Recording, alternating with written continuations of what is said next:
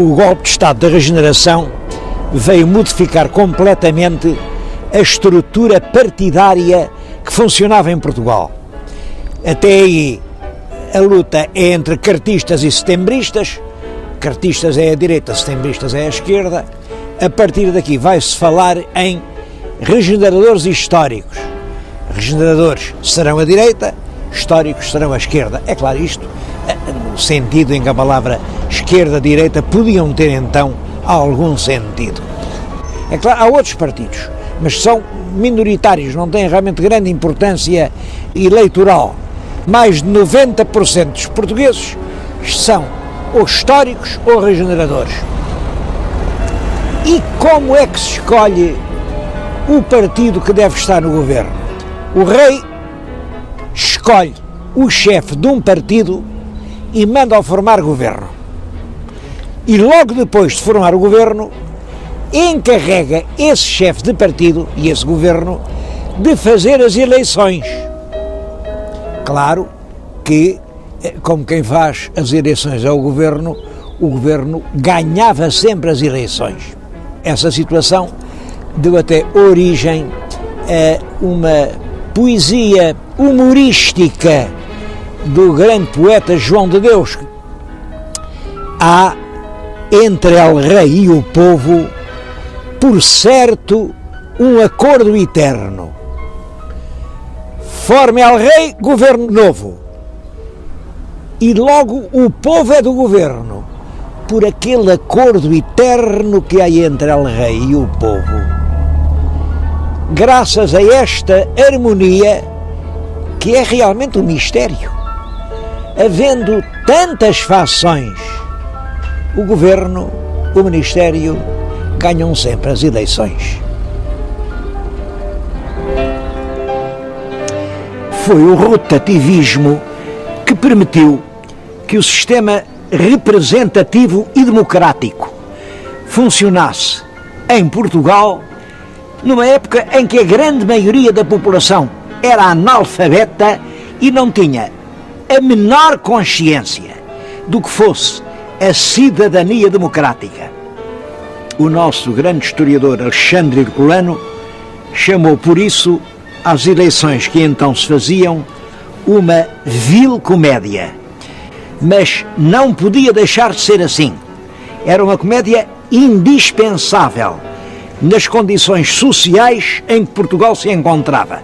No fundo, tratava-se de adaptar instituições de países progressivos, onde já tinha havido a Revolução Industrial e que tinha uma forte burguesia, a um país que permanecia essencialmente rural e inculto. Mas a verdade é que Portugal estava na Europa e não podia deixar de adotar figurinos europeus. Só uma educação progressiva de todos os estratos da população e o fomento da consciência cívica, isto é, dos direitos e deveres de cada indivíduo como cidadão, como membro de um conjunto, tornava possível um voto consciente e livre, que se baseie na nossa própria opinião e não na ordem dada pelo cacique, para o qual se trabalha e do qual, portanto, naturalmente, depende o pão que cada um come com os seus filhos. Dona Maria II foi responsável pelos destinos políticos do seu país durante um período extremamente difícil. A rainha foi muito aconselhada pelo marido, Dom Fernando de Saxe-Coburgo-Gotha. Foi ele o construtor deste castelo-palácio da Pena, que é nitidamente germânico. Já no século XIV, aqui, nestes picos rochosos, havia ermidas e frades. O rei Dom Manuel I andava por aqui quando viu ao longe virem as naus de uma armada, a armada que vinha da Índia. Era em 1502. Era a segunda armada da Índia. E ele tão contente ficou que fez uma promessa: vou mandar aqui construir um mosteiro, e mandou.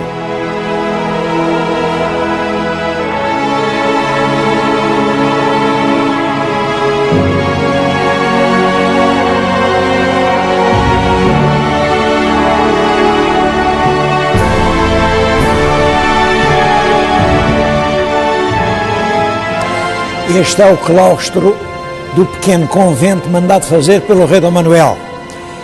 É claro que isto, feito no princípio do século XVI, sofreu uma grande ruína com o terremoto, depois foi abandonado pelos frades e é claro, teve que ser restaurado.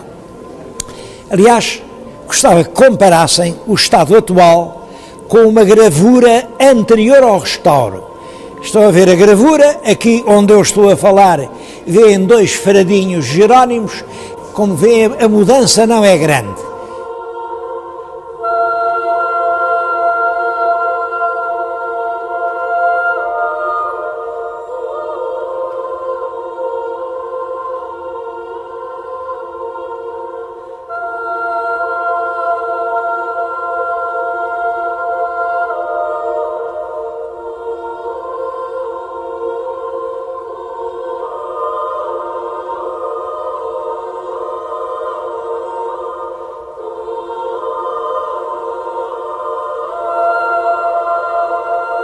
Os frades foram expulsos em 1834 e todo o convento estava a cair em ruínas quando um marido da rainha Dona Maria II, o Dom Fernando, comprou isto e resolveu transformar o que restava do convento num palácio. A igreja ele restaurou-a, por exemplo, aquele vitral foi ele quem o mandou fazer na Alemanha e é uma glorificação do rei Dom Manuel. Veio aqui o rei Dom Manuel I, está exatamente assim a segurar o conventinho da Pena, como ele era antes das obras. Além vê-se o Vasco da Gama que regressa da Índia, estão os navios ao fundo, em cima é Santa Maria e São Jorge, e mais em cima ainda são as armas, a heráldica da Casa de Saxe, Coburgo-Gotha, e da Casa de Portugal. É impressionante como um príncipe nascido na Alemanha, que de Portugal não tinha nada a não ser ter casado com a nossa rainha, presta esta homenagem às navegações portuguesas. E como veremos, todo o palácio é uma homenagem a Portugal e à sua expansão no mundo. Mas aqui na igreja, o mais importante é o retábulo de alabastro de Mestre Nicolau de Chantrenne.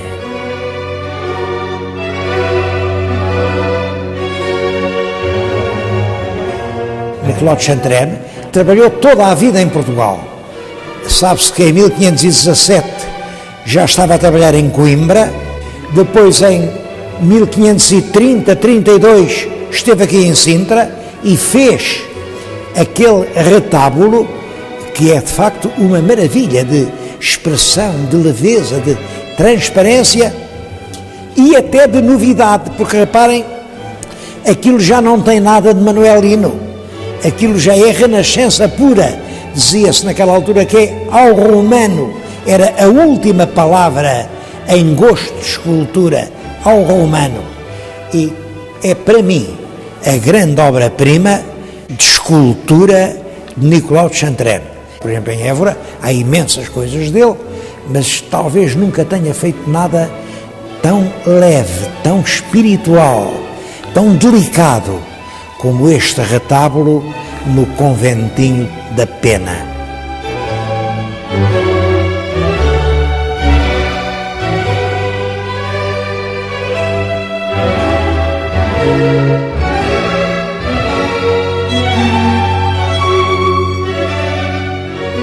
O convento foi transformado numa moradia agradável, mas com muito respeito por tudo o que estava construído. Por exemplo, este teto é ainda do tempo dos frades jerónimos, é do século XVI. E aqui era o refeitório dos frades. Bom, onde era o refeitório, o rei Dom Fernando mandou fazer a sua casa de jantar. O que agora estamos a ver é uma reconstituição, feita agora pela direção do museu, da mesa de jantar íntima. Era aqui que, no tempo do rei Dom Carlos e da rainha Dona Amélia, recebiam só as pessoas mais íntimas. O rei ocupava aquela cabeceira e a rainha aquela. O serviço era à inglesa, eles estavam nos topos. Se fosse à francesa, estariam no centro da mesa. A louça em que está posta a mesa ainda é toda a própria louça de porcelana que servia nos jantares reais. Os próprios talheres, todos eles têm gravado ainda a marca do Palácio da Pena.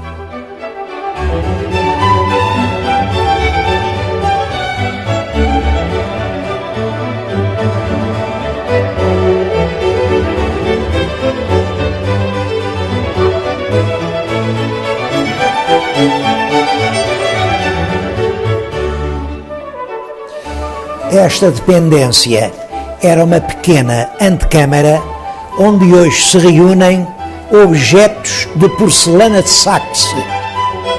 O marido de Dona Maria II era filho do Duque do Saxe, portanto o Saxe era a pátria dele. E ele nunca esqueceu isso. Durante toda a vida ficou muito ligado à pátria onde tinha nascido e foi colecionando objetos vindos de lá. Isto é uma pequena parte das suas coleções, são objetos valiosíssimos. A porcelana estava na moda, era porcelana pintada, com pequenas cenas da vida rural, da vida familiar, cenas da escola, folguetos. Outra parte desta coleção está hoje na ajuda, mas tudo isto é recolhido pelo Dom Fernando.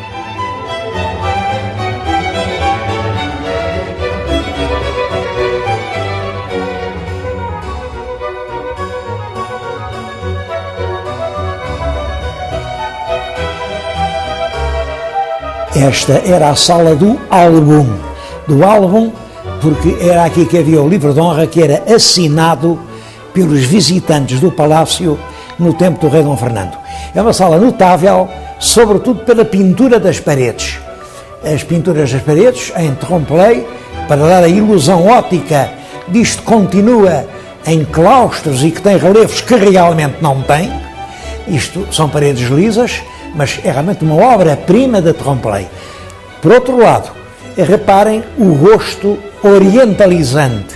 Além estão as armas da Rainha de Portugal e Dom Fernando. Daquele lado estão as armas fantasiosas, 2 quartos crescentes, do imaginário príncipe norte-africano, aqui em frente das armas dos reis de Portugal.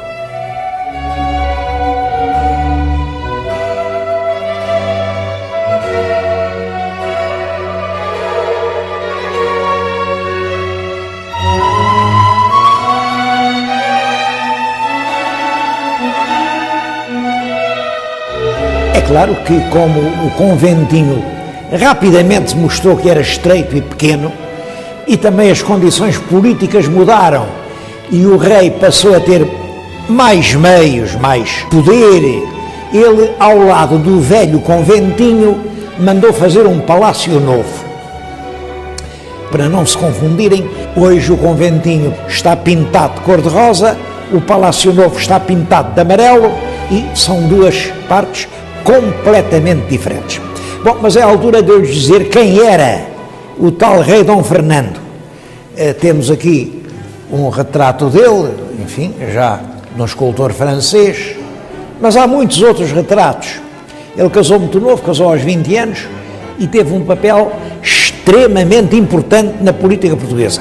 Há quem diga que ele nunca se meteu na política, que só queria saber disto das artes. Penso exatamente o contrário. É um político arguto, extremamente atento, que teve uma intervenção muito favorável na evolução política global portuguesa.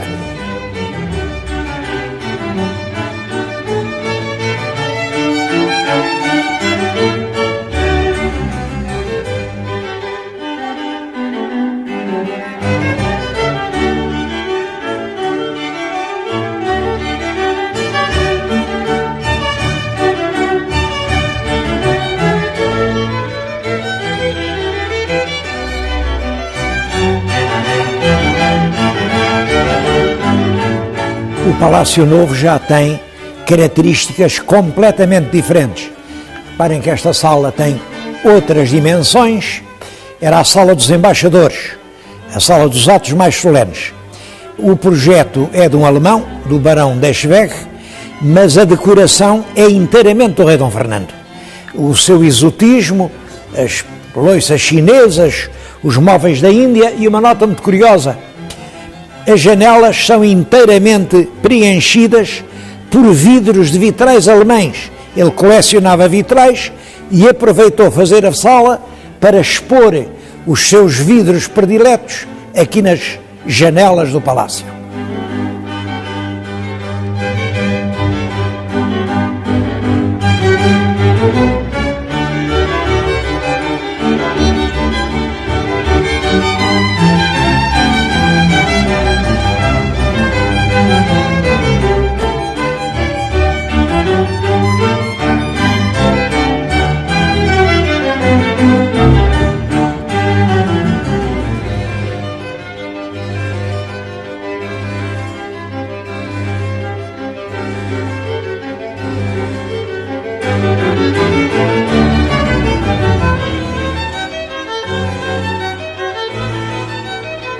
Mas quem visita um palácio destes gosta sempre de dar uma espreitadela na cozinha.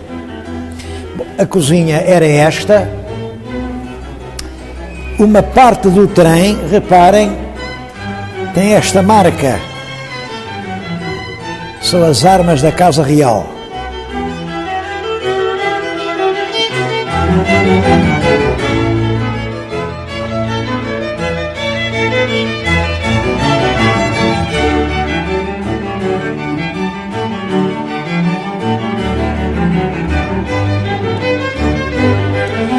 Bom, é claro que a cozinha é uma curiosidade pitoresca, mas realmente importante é o parque que envolve o Palácio da Pena.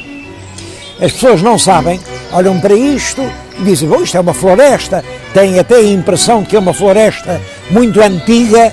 Não é, não é. Antes do rei Dom Fernando ter decidido construir aquele palácio, isto eram montões de penedos desérticos, não havia aqui uma sombra, era realmente uma coisa hostil, agreste. Vieram arquitetos, estudaram-se os solos e o rei, à volta do seu palácio, em 200 hectares, meteu árvores uma a uma, encaminhou as águas, inventou os lagos. Este lago é artificial, não havia aqui lago nenhum. Dentro do lago inventou uma ilha, é aquela. De cima da ilha inventou uma torre. À volta do lago inventou uma floresta.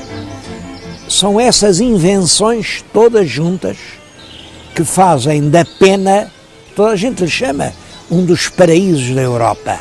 A beleza da Serra de Sintra vem desta floresta que foi inventada por um rei romântico há menos de 200 anos.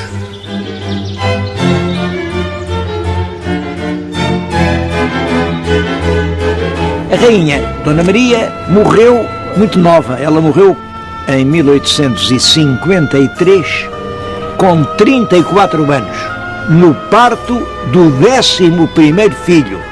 O filho mais velho, Dom Pedro V, tinha apenas 16 anos.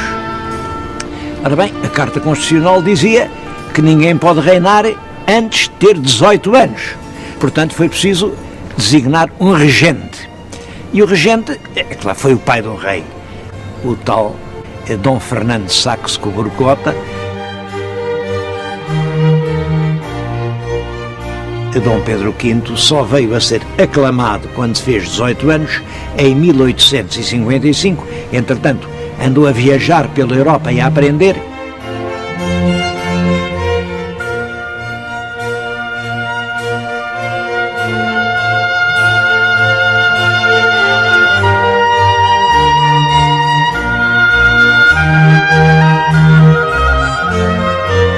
Um episódio que emocionou muito os contemporâneos. No ano de 1857, quando o rei tinha 20 anos, uma terrível epidemia de febre amarela assolou os bairros de Lisboa e fez milhares de mortos. Toda a gente que tinha um parente na província ou algum dinheiro para se meter no comboio e fugir, fugiu ao contágio pestífero. Mas El Rei não fugiu, ficou em Lisboa. E não só ficou em Lisboa, como foi visitar os hospitais onde estavam os agonizantes. Apertava-lhes a mão, desejava-lhes as melhoras, despedia-se até ao dia seguinte e deixava-os morrer na ideia de que El Rei de Portugal os tratava como irmãos. E ficou, na opinião do seu tempo, considerado uma espécie de rei perfeito, o príncipe ideal e generoso, em cujo culto e saudade se uniram os portugueses de todas as correntes. Bom, e realmente é certo que esse jovem deixou escritos que mostram que era uma pessoa inteligente, com um forte sentido de responsabilidade do Estado e um intenso desejo de progresso e de justiça. Mas é claro, ele reinou pouco tempo. Reinou apenas 6 anos, porque morreu aos 24 anos, vitimado por um tifo. E sucedeu-lhe no trono o irmão mais novo, Dom Luís, um príncipe que não tinha sido preparado para essas tarefas. Olha, ele andava no mar a comandar um navio, porque ele era oficial de marinha, quando recebeu pelo telégrafo a notícia de que o irmão tinha morrido e agora era ele o rei de Portugal. O longo reinado de Dom Luís, que vai de 1861 a 1889, portanto dura 28 anos, foi uma das épocas de mais rápido e constante desenvolvimento do nosso país. O rei, segundo a ideia do tempo, não intervinha nas questões de governo. Era o símbolo da nação, cumpria as suas obrigações constitucionais, mas entendia que isso de governar, de intervir concretamente na decisão dos problemas, isso não era com ele, isso era com o governo. A verdade é que verificaram-se progressos enormes. São do tempo de Dom Luís coisas que nós habituámos-nos a ver e nem perguntamos quando começaram. Por exemplo, as praias de banhos, os hotéis das termas, os grandes jornais como o Diário de Notícias, o Século, é também dessa altura progressos industriais. Nasce a CUF. A CUF foi durante muito tempo o grande polo industrial português. Fundam-se instituições, por exemplo, a Sociedade de Geografia de Lisboa, como o Ateneu Comercial de Lisboa, o Ateneu Comercial do Porto. É durante esse tempo que se publicam as obras principais de Júlio Diniz, de Antero do Quental, de Oliveira Martins, do Teófilo Braga, que é o introdutor do positivismo em Portugal, de Eça de Queiroz. Esta era a casa, a verdadeira casa do Eça de Queiroz em Lisboa. É o Grêmio Literário. Fica aqui no Chiado, na Rua Evans. Ele vinha para aqui. Esta é a mesa onde ele escrevia aos seus amigos. Chegava à noite, sentava-se nesta cadeira, a esta mesa, tirava aqui o papel desta gaveta, e era aqui, com aquela letra comprida, rápida, que ele escrevia aos amigos. Ele chamava ao Grêmio Literário a sua quinta no Chiado. Daqui a pouco vamos ver a quinta. Bom, e aqui passam-se muitas coisas importantes da sua vida. Era a única casa onde ele se sentia bem, porque aqui só tinha amigos.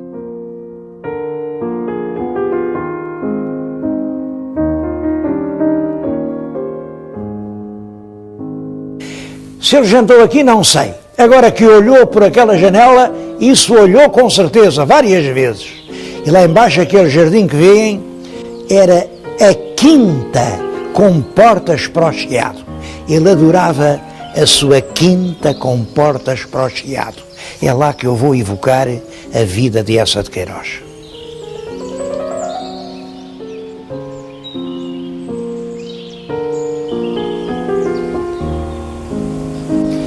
Foi aqui, neste pequeno jardim, que Eça de Queiroz passou longas horas, naquelas suas vindas a Lisboa, vindas de muitos meses, e vinha para aqui, estava rodeado de amigos e ele sentia-se bem aqui, porque era amado, era recebido, era querido por todos. Eça escrevia muito bem, como sabem, mas parece que ainda falava melhor do que escrevia. A conversa dele tinha um encanto, uma subtileza. As pessoas que o ouviam esqueciam-se, e era só ele com uma voz mansa e branda, suave, infinitamente subtil, mas infinitamente carinhosa, que falava, as pessoas perdiam-se a ouvi-lo.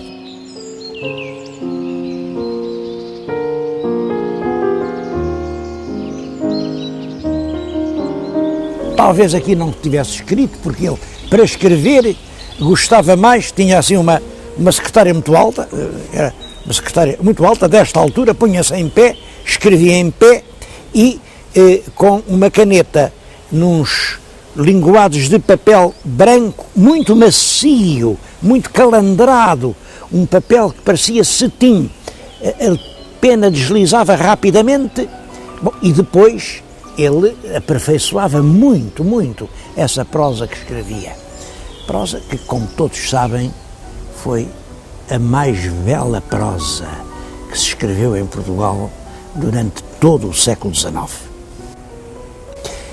A prosa dessa, o que tem de superior é que é a prosa de um homem extremamente inteligente. Em essa, o lado cerebral, uma visão superior que o coloca muito acima das nossas pequenas divisõezinhas. Essa nunca foi político. Eu sei que os nossos críticos têm-se esforçado muito para dizer, não, ele era daqui, não senhor, era daqui. Oh senhores, aceitem a lição de inteligência do Eça. O Eça não era de cá nem de lá, era um homem de cima. Ele compreendia e escrevia, e em tudo o que ele escreve há um dom de generosidade. É um homem que ama sem o confessar e corrige sem ofender. É um espantoso prosador. É claro que na primeira fase do Eça, o Eça tem duas fases nitidamente, e é um facto que marca uma da outra. É o Eça solteiro, o Eça que não teve mãe, não teve lar, não teve família, e portanto é um homem que não teve aquela moldura humana, aquele casulo de ternura, sem a qual todos nos sentimos enregulados. Ele não teve isso, coitado, não teve. Isso sente-se na vida dele. Sente-se, isso é um traumatismo terrível. Os primeiros escritos dele, eu creio que o Padre Amaro essencialmente reflete de uma maneira transposta e complexa, mas o drama do nascimento dele. É um rapaz que nasceu, imaginem, de mãe incógnita. Mãe incógnita, mas é um absurdo, pois é. É esse absurdo que vai realmente humilhar e ofender e magoar profundamente o Eça até ao casamento.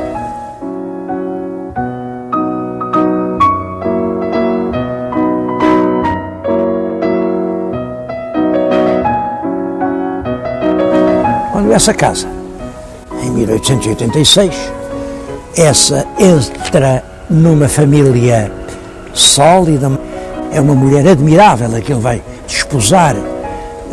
Emília de Castro é filha do Conde de Rezende e é irmã de um rapaz que ele tinha conhecido no colégio do Lapa, do colégio do Porto, e que ficou amigo dele para toda a vida. Bom, esse casamento, essa entrada numa família em que há sentimentos, há valores, há estima, há respeito, falo, de certo modo, passar a ver o mundo de outra maneira.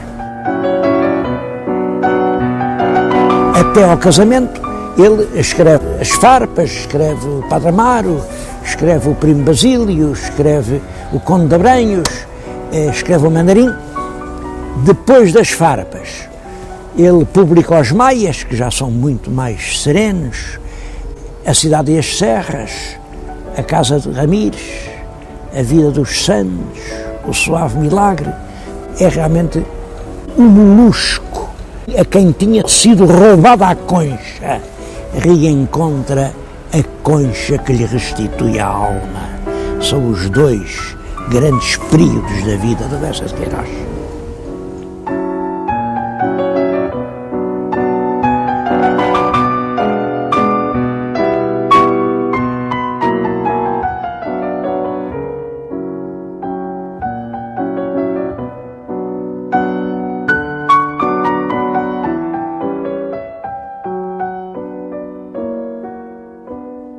É durante esse tempo que se publicam os grandes códigos que ainda hoje estão em vigor.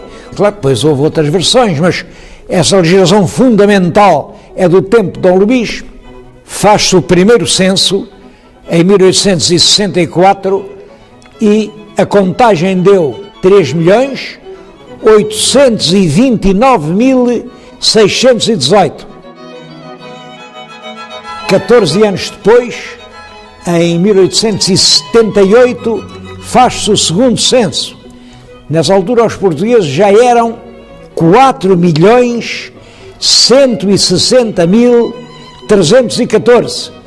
Isto representa um aumento de população muito rápido, que era evidentemente o fruto das novas condições de vida. Mas é também por essa altura que se dá, na cidade de Lisboa, a primeira greve de operários que se recusam a ir ao trabalho por salários miseráveis.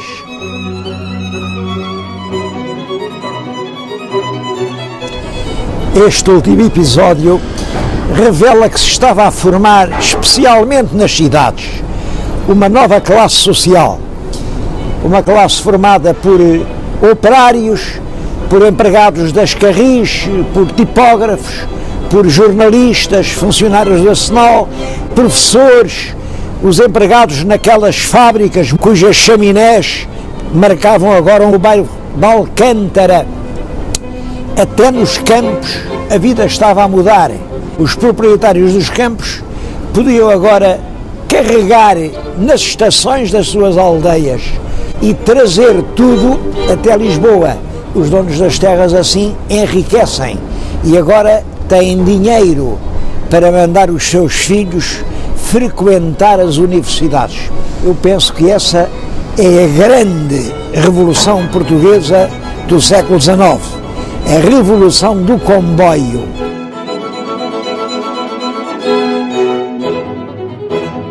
Em Lisboa crescem os novos bairros das chamadas Avenidas Novas. Cresce também muito o movimento do Porto, com a saída de navios com imigrantes para o Brasil, para a África, imigrantes que depois mandam o seu dinheiro e isso faz surgir um ativo comércio bancário, um comércio especulador, mas que é o que marca principalmente o movimento comercial lisboeta entre 1870 e 1890.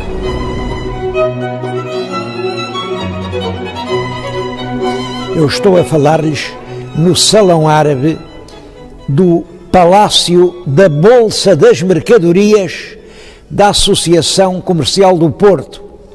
É um monumento que foi construído precisamente na época de que lhes estou a falar. Aqui havia um convento de frades franciscanos. Foi incendiado na altura das Guerras Liberais, ficou em ruínas durante anos e anos. Então os comerciantes do Porto pediram que se lançasse um imposto sobre todas as mercadorias que entrassem na Barra do Porto e esse rendimento seria aplicado inteiramente a fazer um edifício para Bolsa das Mercadorias dos comerciantes portuenses. E assim se construiu este monumento.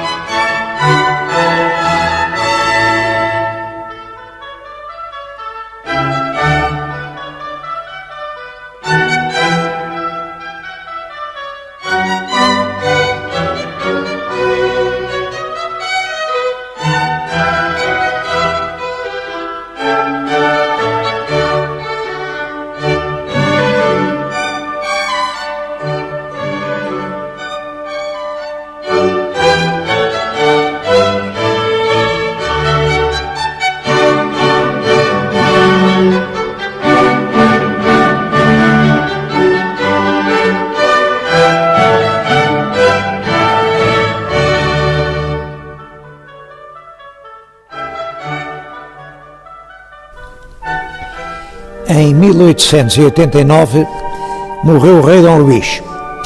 Com a morte de Dom Luís acaba um longo tempo de paz política.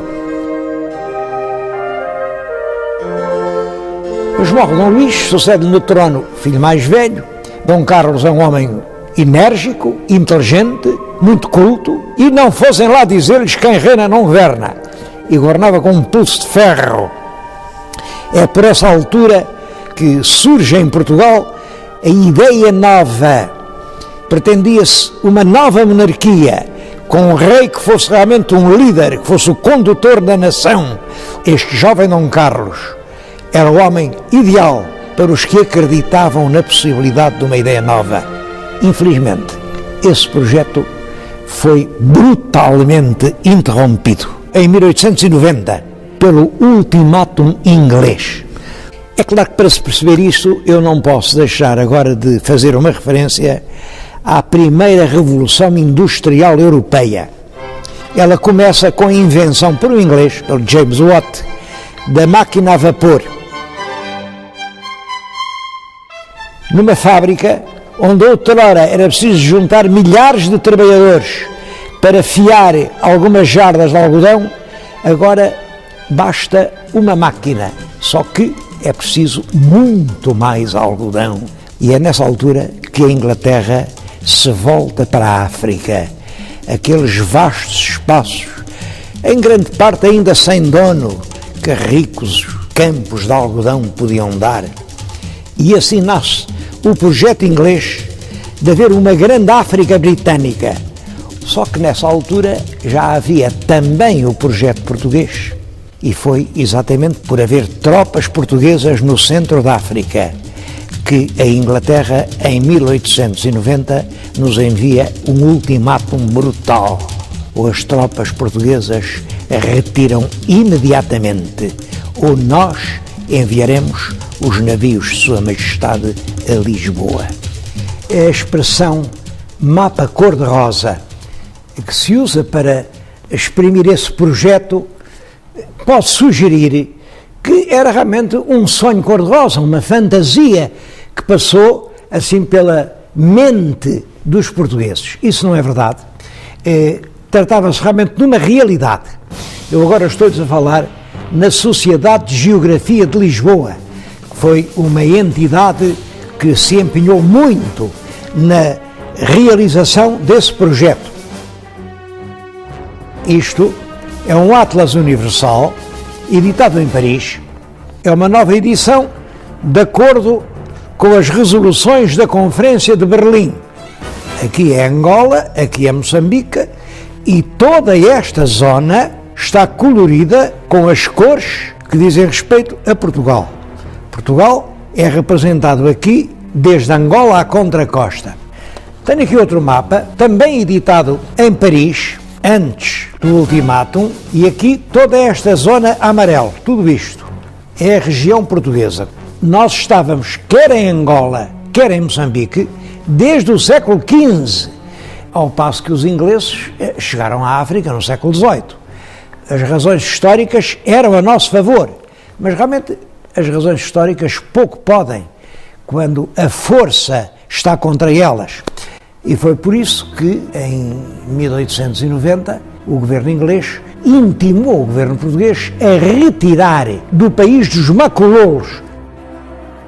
Esse ultimátum emocionou imensamente os portugueses, e um dos gestos mais expressivos foi que, no Largo de Camões, cobriram de crepes pretos a estátua do grande poeta, sinal de que a pátria estava de luto.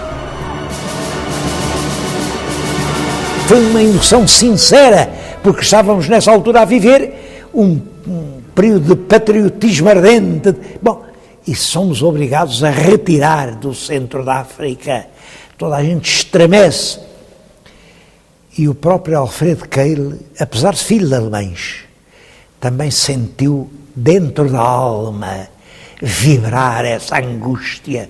E corre para o piano, senta-se ao piano, está aqui o piano, está ali a pauta, e ansiosamente nas teclas do piano toca.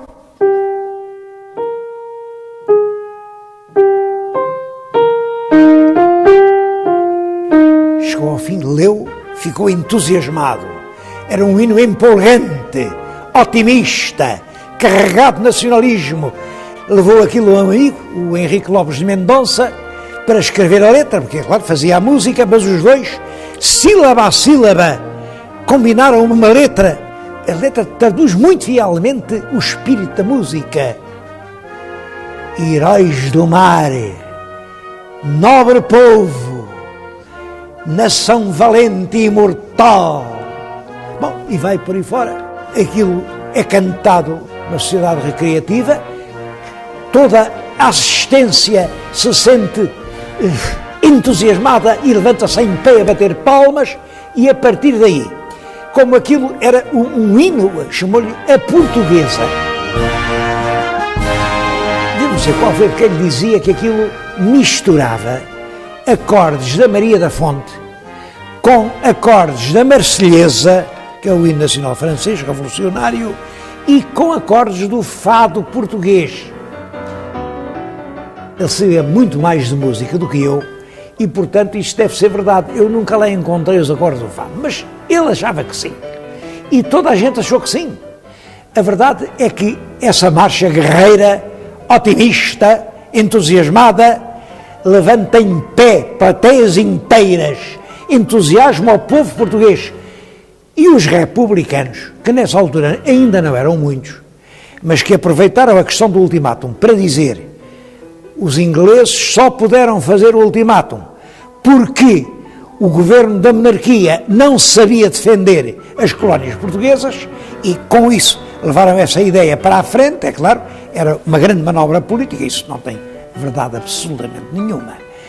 Pelo contrário, no tempo do rei Dom Carlos, os portugueses tentaram assegurar bem as suas posições africanas. Mas política é política e tudo vale. Era preciso deitar abaixo a monarquia. Há um verso dessa altura que diz que o governo da monarquia que está a fazer afundar a pique Angola e Moçambique. Imaginem o rei da rima. Moçambique com ir a pique. Estava-se tudo a afundar. Era preciso a república para salvar o ultramar português. E, portanto, sempre que há uma grande festa republicana, toda a gente canta a plenos pulmões, com um entusiasmo imenso, com os olhos brilhantes de esperança, aquele hino do nosso Alfredo Queiro.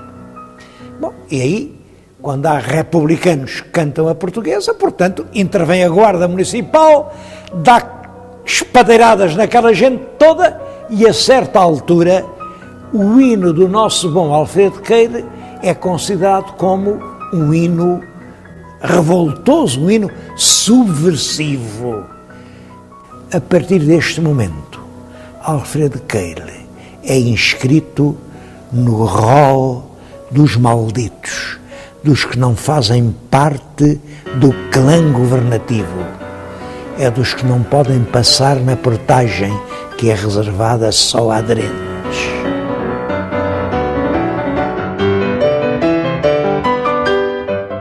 Como sabem, o rei Dom Carlos ainda era aparentado com a família real inglesa, e isso serviu para os republicanos entenderem que a monarquia não estava a defender corajosamente os interesses de Portugal.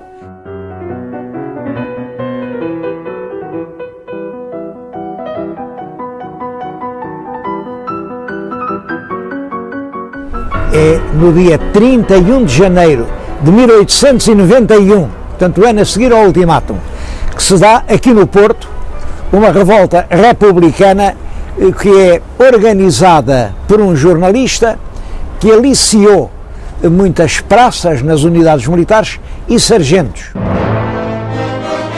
Lá embaixo, ao fim desta rua, era a Câmara, proclamaram a República e subiram depois esta rua a cantar a portuguesa. Aqui, onde eu agora estou, estava uma força policial que disparou sobre a multidão que avançava. Houve numerosos mortos.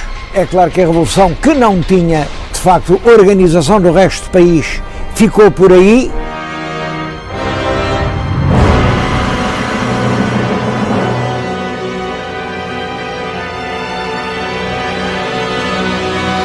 reinado de Dom Carlos, que se tinha iniciado sobre as promissoras perspectivas da Ideia Nova, um projeto de um país progressivo, ordeiro, a andar em frente. O reinado estava também desde o início minado pela perigosa ideia de que o trono era traidor à pátria e, portanto, para salvar a pátria era preciso derrubar o trono. Apesar disso, a época de Dom Carlos é um tempo de progresso e de aproximação relativamente rápida à Europa. É também um período de importante expansão de Portugal em África. Em África, em 1895, um capitão de cavalaria, Mouzinho de Albuquerque, aprisionou um poderoso régulo local, o Gungunhana, e ele acabou prisioneiro numa fortaleza dos Açores.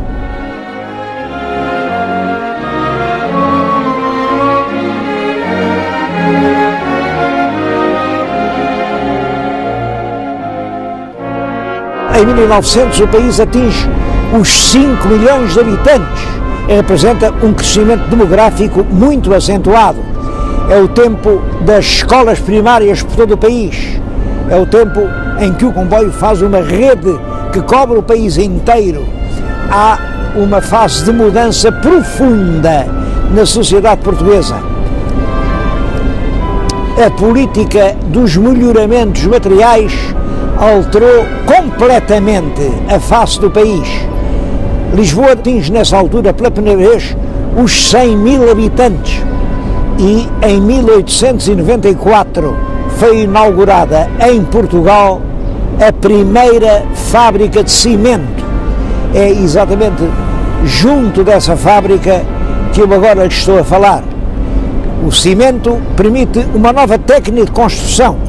No ano seguinte, em 95, os engenheiros em Portugal começam a introduzir o ferro na massa do cimento.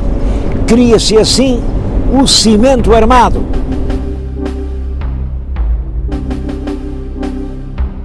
Pode dizer-se que nessa altura começa um mundo novo, um mundo que nós podemos construir de acordo com os nossos humanos projetos.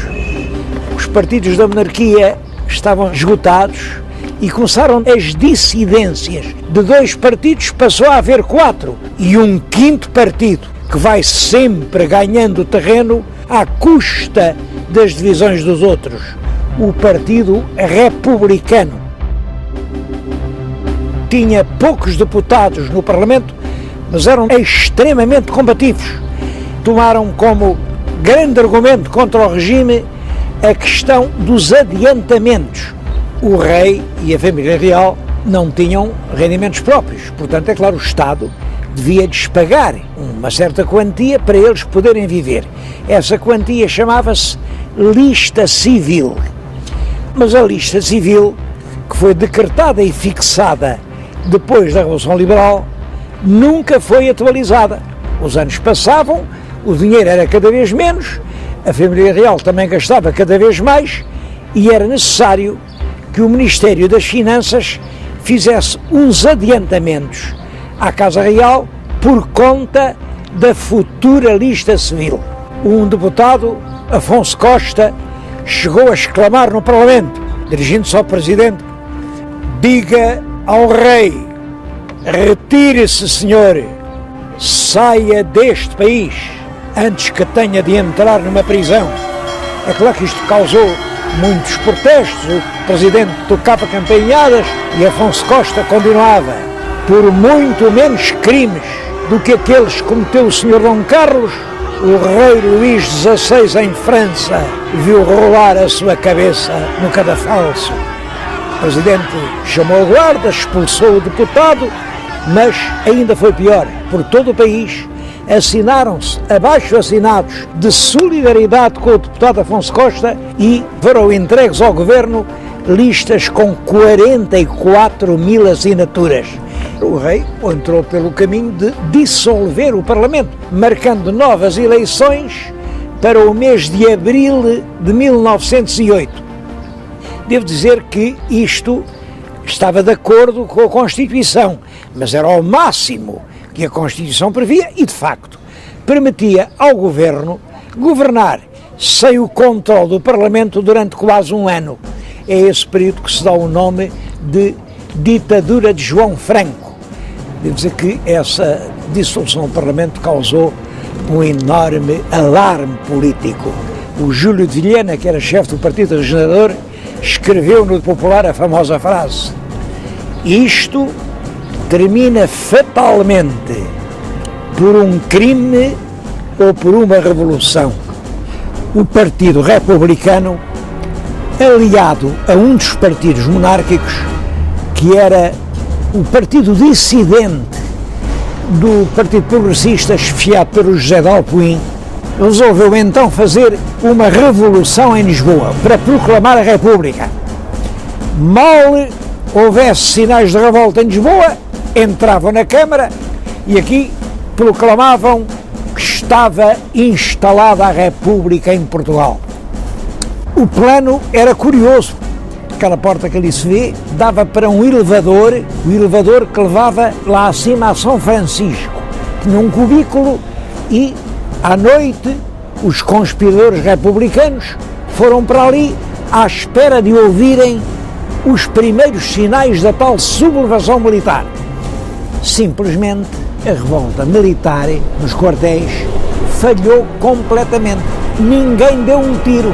Os conspiradores que estavam ali no quartinho do elevador viram passar as horas, não havia sinal nenhum, até que a certa altura a polícia viu aqueles senhores todos bem vestidos, eles não havia maneira de tomar o elevador, o que é que estavam lá a fazer, e prendeu-os.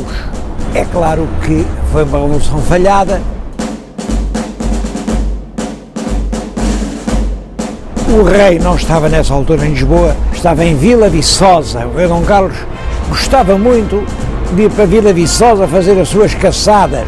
O primeiro-ministro, que era o João Franco, deu-lhe notícias da Revolução Gourada e submeteu à assinatura do rei um decreto-lei que dizia nem mais nem menos que isto: podiam ser deportados para as colónias todas as pessoas que fossem incriminadas por crimes políticos. Portanto, bastava ser acusado do crime, não era preciso ser julgado. Os republicanos contavam sempre com o julgamento, era um pretexto de propaganda. É claro que uma lei destas provocou nos meios republicanos uma indignação enorme. O rei assinou o decreto de boa fé, no dia seguinte regressou calmamente a Lisboa,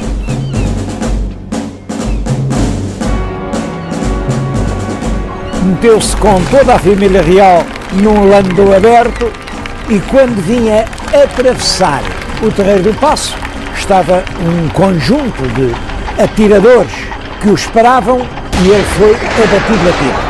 Mataram junto com ele o príncipe Dom Luís Filipe e o outro príncipe, mais novo, Dom Manuel, ficou levemente ferido. Esse regicídio representa, no fundo, o fim da monarquia em Portugal. O rei Dom Carlos era realmente um chefe de Estado culto, era ele quem exercia o poder, com ideias modernas, vagamente socialistas, sobre o Estado e sobre a sociedade. Portanto, a sua morte veio abalar profundamente o regime.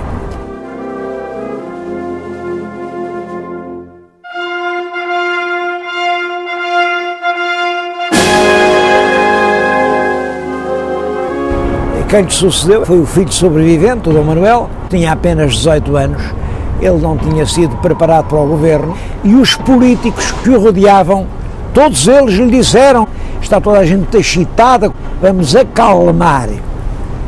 E entra-se numa época política que ficou com o nome de acalmação. Essa política de acalmação também não deu resultado nenhum. Durante 2 anos, o pobre rei Dom Manuel foi forçado a mudar de governo 7 vezes. Havia constantes acusações à monarquia e, ao mesmo tempo, o Partido Republicano todos os dias via crescer as suas forças, porque o país estava desiludido com o jogo dos partidos monárquicos e ansiava por um regime novo. Foi nessa altura que um grande poeta, o Guerra Junqueiro, escreveu: hoje em dia, quem diz pátria, diz república. Não uma república doutrinária, uma república estupidamente jacobina, mas uma república larga, franca, nacional, onde caibam todos os portugueses. Uma república não dos partidos, mas da nação. Era, como veem, uma aspiração generosa, que era realmente comungada por uma parte muito importante do setor da classe média. Eu disse muito importante e não disse muito numerosa propositadamente, porque esse setor estava longe de ser a maioria. Quando se faziam as eleições, via-se que não chegavam sequer aos 10%, mas era o setor mais dinâmico, mais corajoso, mais musculado. E é isso que explica o fácil êxito da Revolução que eclodiu em Lisboa no dia 3 de outubro de 1910. O chefe militar da Revolução era o almirante Cândido dos Reis, e quando soube que as tropas comprometidas na revolta e não tinham saído dos quartéis, sentou-se ali de uma avenida, que hoje tem o nome dele, e meteu uma bala na cabeça.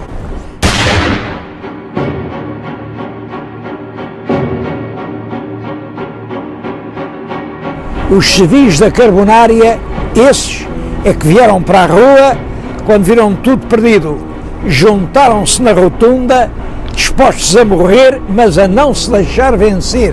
Estava lá o Machado Santos, que era da Marinha, tinha com ele 9 sargentos e 200 civis. As forças da tropa não foram capazes de sair dos quartéis, porque nas ruas estava gente da Carbonária, atiravam bombas, e é dessa maneira que no dia 5 de outubro de 1910, aqui exatamente nesta varanda em que lhe estou a falar, da Câmara Municipal de Lisboa, foi anunciada ao povo português a proclamação da República em Portugal.